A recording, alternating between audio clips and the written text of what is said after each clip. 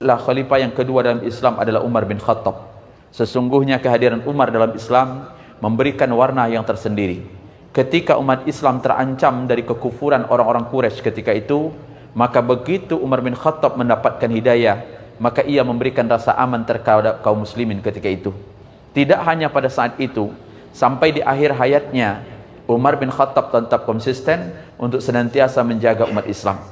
Maka setelah Abu Bakar As-Siddiq wafat, orang mengangkat Umar bin Khattab menjadi khalifah. Kekuasaannya luar biasa, sampai menaklukkan yang namanya Romawi, kemudian juga menggalakkan Persia.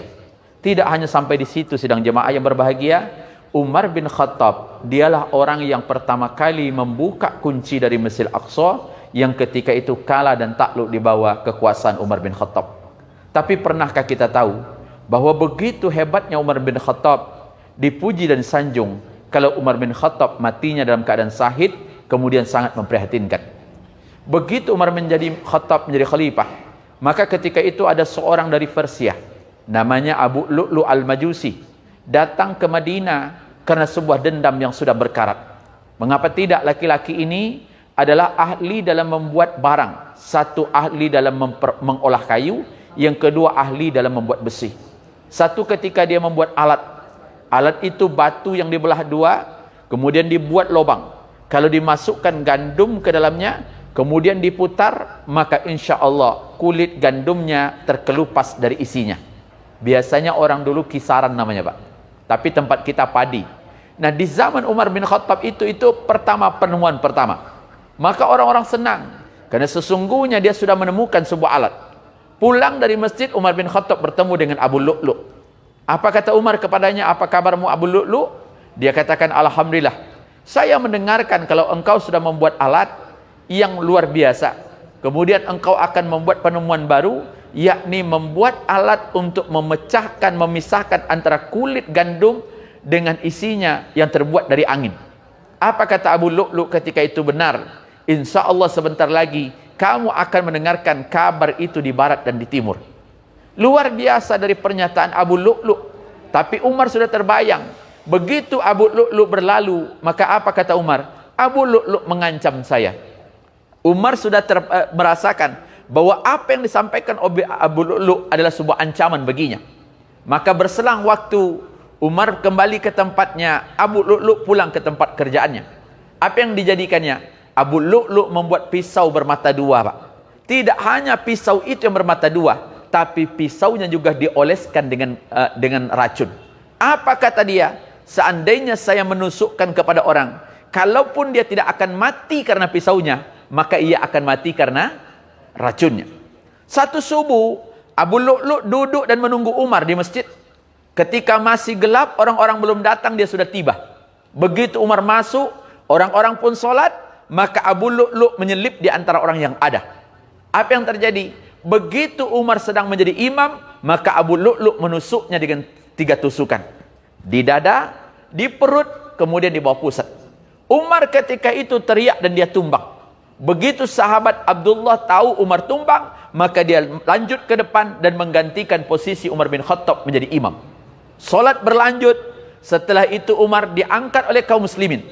Apa yang terjadi dengan Abu Lu'lu'? Begitu dia sudah menusuk Umar bin Khattab, maka untuk meninggalkan saf pertama, dia menusuk orang-orang yang ada di sekitarnya.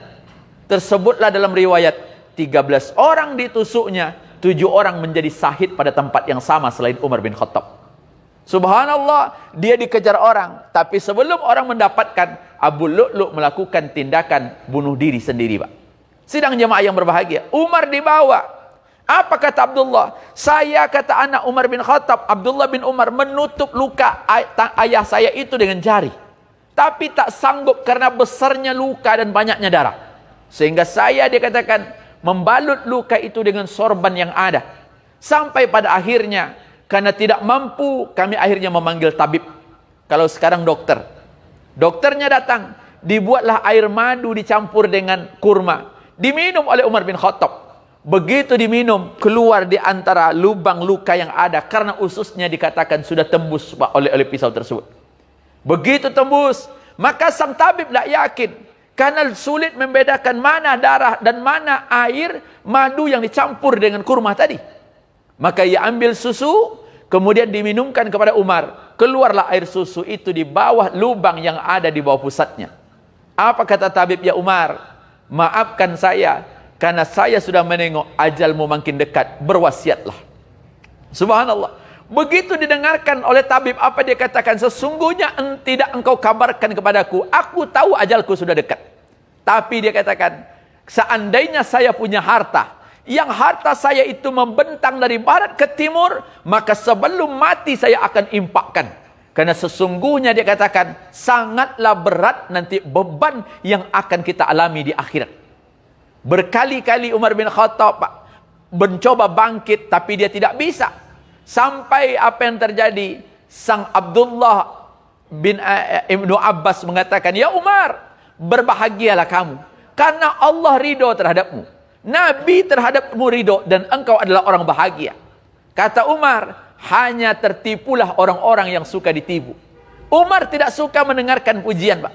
Maka dia katakan, saya tidak ingin tertipu. Tapi Abdullah bin Abbas mengatakan, wallahi saya akan nanti bersaksi di depan Allah bahwa engkau adalah orang yang baik. Apa yang terjadi Bapak Ibu yang berbahagia? Berkali-kali Umar bin Khattab pingsan. Asal dia sadar, dia katakan, ambilkan wudhu karena saya ingin sholat. Pingsan lagi, Pak. Sadar lagi. Sampai pada akhirnya Abdullah bin Umar meletakkan ayahnya di pahanya. Tapi ketika itu Umar menolaknya, letakkan kepala saya di atas tanah.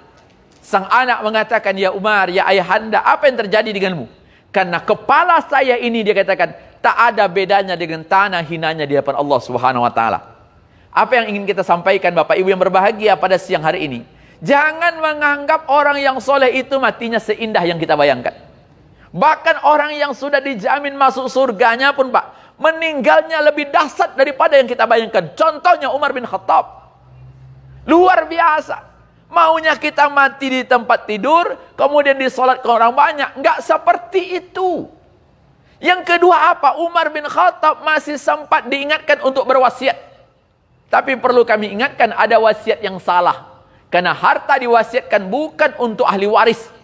Karena dalam ilmu waris atau faraid ada 10 wasiat yang salah. Salah satunya, orang tua berwasiat agar hartanya diberikan kepada anak tertentu. Nah, kalau ayah mati nanti rumah itu kasihkan kepada kakakmu. Itu nggak dibenarkan dalam agama, Pak. Wasiat itu boleh diberikan setelah kita mati kepada orang yang tidak memiliki hubungan nasab dengan kita. Boleh Bapak, maaf, nanti kalau Bapak meninggal, jual ruko itu kasihkan ke pengurus-pengurus masjid untuk membeli tanah belakang. Itu boleh itu, Pak. Tapi kepada anak tak masuk. Itu adalah wasiat yang salah dalam Islam. Maka Umar bin Khattab nggak punya harta, Pak. Padahal dia orang kaya. Maka dia katakan, seandainya saya punya harta dari timur dan barat, sebelum mati saya akan berwasiat. Mengapa kata Umar? Karena saya tahu bahwa pertanggungjawabannya di akhirat jauh lebih berat daripada nikmat yang kita dapatkan di dunia ini. Subhanallah. 3 apa pesan Umar bin Khattab? Setiap kali dia sadar, dia katakan, saya ingin sholat. Saya ingin sholat. Itulah luar biasa, Pak. Banyak orang-orang soleh masa lalu, asal mereka dalam kesulitan sakitnya, tapi maaf, mereka tidak pernah mengabaikan sholatnya. Sama peristiwa Rasulullah. Ketika siuman Rasulullah tetap mengatakan, saya sholat. Apakah orang-orang sudah sholat? Suruhlah Abu Bakar menjadi imam untuk menyolatkan. Tidak model awak dah, Pak. Awak sakit telinga, tidak ada sholat. Ini yang payah. Padahal malaikat maut kan tiba kadang-kadang tu. Maka subhanallah, jagalah sholat. Karena sesungguhnya tidak ada amal yang pertama kali yang akan dipertanyakan di akhirat nanti, melainkan bagaimana sholat yang kita nikmati hari ini. Mudah-mudahan ada manfaatnya. Assalamualaikum warahmatullahi wabarakatuh.